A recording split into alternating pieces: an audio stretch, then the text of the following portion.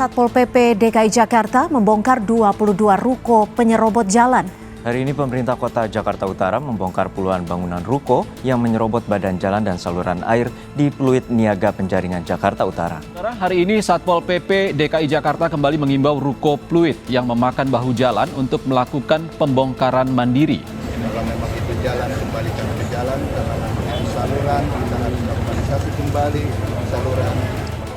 Harusnya bersyukur orang-orang sini memberikan lapangan kerja. Jangan sampai kita ke luar negeri.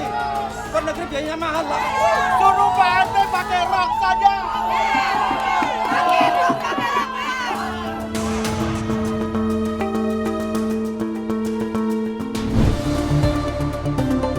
Hai sahabat Kompas.com. Belakangan ini kisruh ruko di Kelurahan Pluit, Kecamatan Penjaringan, Jakarta Utara menjadi perbincangan publik nih.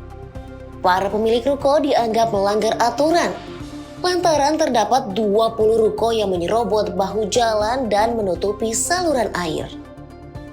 Akibatnya jalanan menjadi sempit dan berpotensi menimbulkan banjir di wilayah itu. Namun ketika Pemkot Jakarta Utara melakukan penertiban, para pemilik dan karyawan ruko justru tak terima dan mendemo ketua RT setempat. Mereka menganggap ketua RT setempat telah mematikan usaha dengan cara melaporkan pelanggaran ruko kepada pemerintah hingga berujung terjadinya pembongkaran tersebut.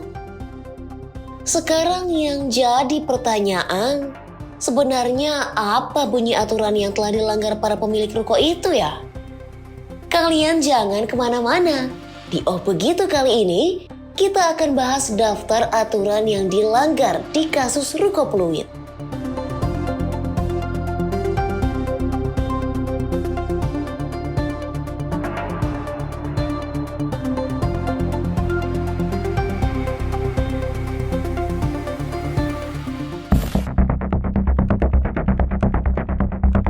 Sebelum bahas soal aturan yang dilanggar, kita perlu pahami bahwa sebelum melakukan penertiban, sebenarnya Pemkot Jakarta Utara telah memperingatkan para pemilik ruko.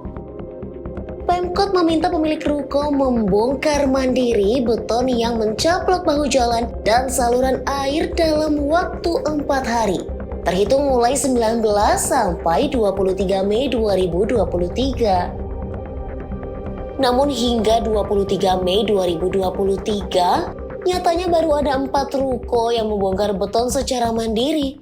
Dan itu pun baru sebatas keramik, dudukan genset, dan tembok. Karena pemilik ruko tak kunjung melaksanakan imbauan, Pemkot Jakarta Utara kemudian mengerahkan petugas gabungan untuk membongkar paksa ruko-ruko tersebut menggunakan alat berat. Meski begitu, pembongkaran itu juga belum sepenuhnya selesai dilakukan. Pihak Pemkot pada akhirnya kembali memberikan kesempatan pemilik ruko untuk membongkarnya secara mandiri.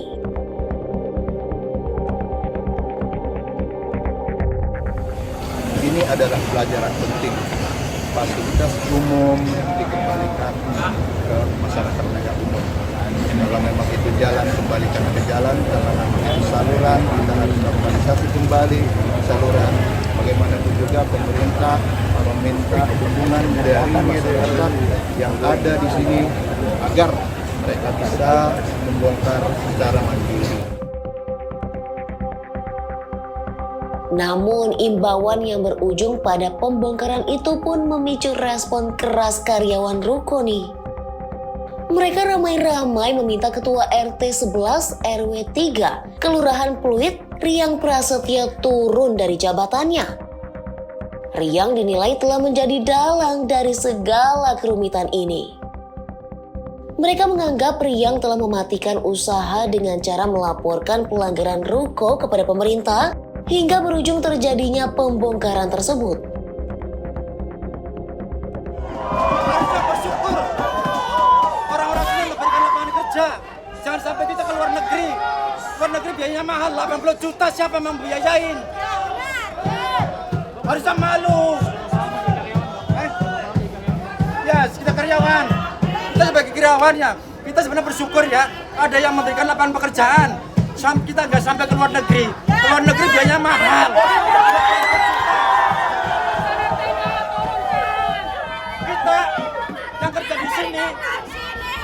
pendidikan minimal SMP ke bawah, nggak bisa menjadi UMR.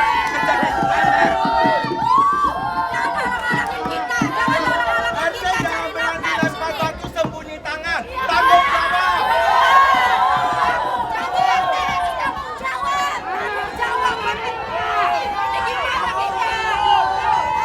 Suruh Pak RT pakai rok saja. Sejumlah protes yang dilayangkan para karyawan ruko kemudian ditanggapi oleh Riang Prasetya. Ia menegaskan niatnya bukan untuk mempersulit usaha para pemilik ruko. Riang mengatakan pembongkaran ini tidak mencakup ruko secara keseluruhan, melainkan hanya dilakukan ke beberapa bagian yang menyalahi aturan karena melewati bahu jalan dan menutupi saluran air. Ini artinya bangunan ruko akan tetap berdiri dan usaha para pemilik ruko akan terus berjalan. Saya selaku ketua RT tidak berkepentingan terhadap apa yang mereka tuntut. Saya pun nggak jelas. Tapi yang pasti harus tahu, saya selaku RT hanya meminta saluran air dikembalikan, bahu jalan dikembalikan. Kalau tidak ada dampaknya dengan mereka, lalu apa? Kecuali saya tutup usaha. Tidak ditutup usahanya, gedungnya tidak dibongkar. Yang dibongkar adalah saluran air dan bahu jalan. Tak berselang lama, Kepala Suku Dinas Cipta Karya, Tata Ruang dan Pertahanan Jakarta Utara, Jogi Harjudanto, turut meluruskan kisruh ruko Pluit ini. Jogi menjelaskan setidaknya ada 3 aturan di dalam Peraturan Pemerintah Nomor 21 Tahun 2021 yang dilanggar para pemilik ruko, sehingga Pemkot pun harus memberikan tindakan tegas. Pertama, pada pasal 189 ayat 1. Dalam pasal tersebut disebutkan bahwa pemilik usaha tidak boleh mengubah fungsi ruang publik sebagaimana yang diatur di dalam dokumen Rencana Tata Ruang atau RTR.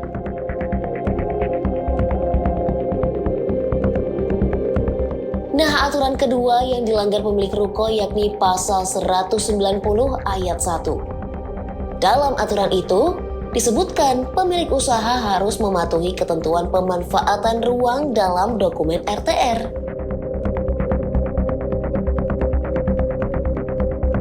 Nah, selanjutnya yang terakhir nih, pemilik ruko dianggap melanggar pasal 192 ayat 1.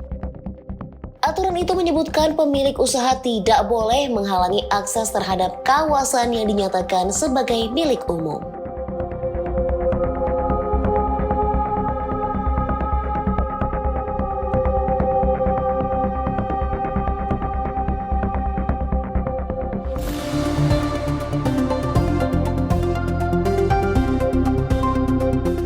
Itu dia ulasan soal kasus ruko di Pluit hingga aturan yang dilanggar para pemiliknya.